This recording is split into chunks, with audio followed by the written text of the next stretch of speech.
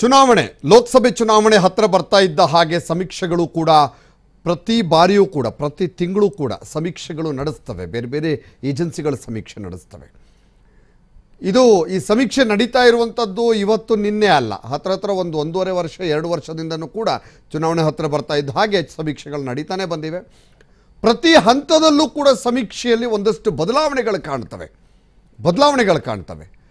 ಆದರೆ ಈ ಬಾರಿಯ ಸಮೀಕ್ಷೆಯಲ್ಲಿ ಸ್ವಲ್ಪ ಪರ್ಸೆಂಟೇಜ್ ಹೆಚ್ಚು ಕಮ್ಮಿ ಆದರೂ ಕೂಡ ಬದಲಾವಣೆ ಕಾಣಲಿಲ್ಲ ಎಲ್ಲ ಸಮೀಕ್ಷೆಗಳಲ್ಲೂ ಕೂಡ.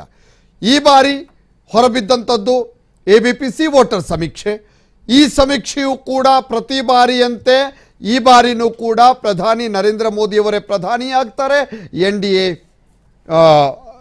NDA ಅಧಿಕಾರ ಹಿಡಿಯುತ್ತೆ ಅಂತ ಕೂಡ ಹೇಳ್ತಾ ಇದೆ. ಪರ್ಸೆಂಟೇಜಲ್ಲಿ ಸ್ವಲ್ಪ ಆಚೆ ಈಚೆ ಆಗಬಹುದು, ಆದರೆ ಎಲ್ಲ ರಾಜ್ಯಗಳಲ್ಲೂ ಕೂಡ ಸಮೀಕ್ಷೆ ಹೇಳಿದೆ ಯಾವ್ಯಾವ ರಾಜ್ಯದಲ್ಲಿ ಎಷ್ಟೆಷ್ಟು ಪರ್ಸೆಂಟೇಜು ಯಾರಿಗೆ ಮತ ಅನ್ನುವಂಥದ್ದು.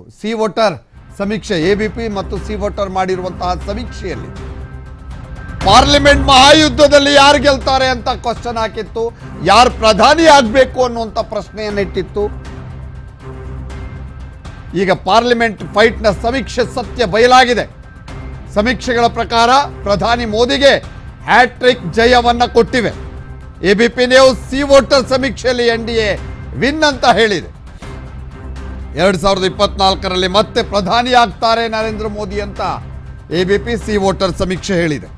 ಕರ್ನಾಟಕದಲ್ಲೂ ಕೂಡ BJP JDSಗೆ ಅತಿ ಹೆಚ್ಚು BJP JDS ಮೈತ್ರಿ ಇದೆ, ಅತಿ ಹೆಚ್ಚು ಸೀಟ್ ಗೆಲ್ಲಬಹುದು ಅಂತ ಸಂಸತ್ ಎಲೆಕ್ಷನ್ನ ಸಮೀಕ್ಷೆಯನ್ನ ಮಾಡಿದೆ ABP ವೋಟರ್.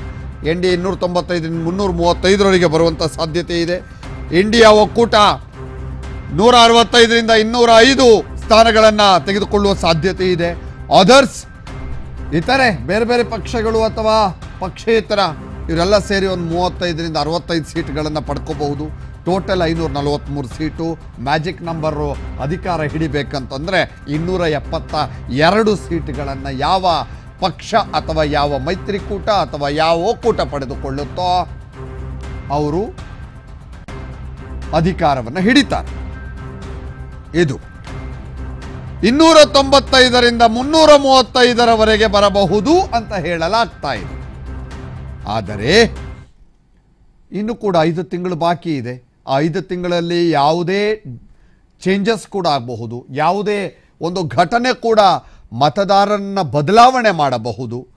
ಮತದಾರನ ಓಲೈಕೆ ಏನಿದೆಯಲ್ಲ, ಪಕ್ಷಗಳು ಹೇಗೆ ಮಾಡುತ್ತೆ ಈ 5 ತಿಂಗಳಲ್ಲಿ ಅನ್ನೋದು ಕೂಡ ಇಂಪಾರ್ಟೆಂಟ್ ಆಗುತ್ತೆ. 5 ತಿಂಗಳಿಲ್ಲ, ಇನ್ನು 4 ತಿಂಗಳೇನು ಅಂತ ಅಷ್ಟೇ. 5 ತಿಂಗಳು ಇಲ್ಲ, ಆಯ್ತಲ್ಲ, ಡಿಸೆಂಬರ್ ಮುಗೀತು,